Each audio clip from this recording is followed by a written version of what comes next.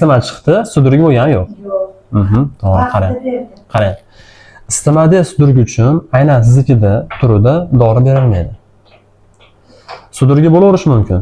Isitma chiqsa, sudurgi bo'laverishi mumkin. Lekin sudurga qarshi dori tavsiya qilinmaydi. Nimaga? Bu turda dori nojo'ya ta'siri ko'proq foydasidan ko'ra. Shuning uchun maxsus sudurga qarshi dorilar aynan febrilniy sudurgilar deydi buni. Hozirgi oxirgi zamonaviy epileptologiyada epilepsiyaga qarshi dori tavsiya qilinmaydi deydi.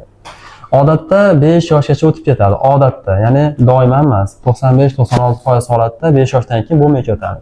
Ayrim holatlarda keyinchalik boshqa turga o'tishi yoki yoshlikda isitmada bo'lib, balog'at yoshiga yetganda qanaqadir sudurlar bo'lishi mumkin. Lekin oldindan hech kim ayta olmaydi. Bu hozirgi holatda isitmada sudurlar bo'lyapti, lekin bolani aqliga, nutqiga, yurishiga ta'sir qilgani yo'q. Faqat yaxshi tomonga o'zgarib ketyapti. Shuni hisobga olgan holda biz sudurga qarshi dori bermaymiz. Qachonki isitmada sudurgi bo'lib qolsa, nevropatolog konsultatsiya qilib qo'yadi. Даже egiga ham shart emas. Odatda oddiy turda egiga ham hojat yo'q. Mana hozir egi qilsa, egilangda ham muammo yo'q.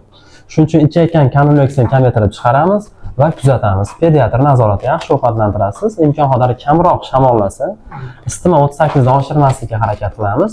Xudo xolasa yaxshilik bilan tugaydi.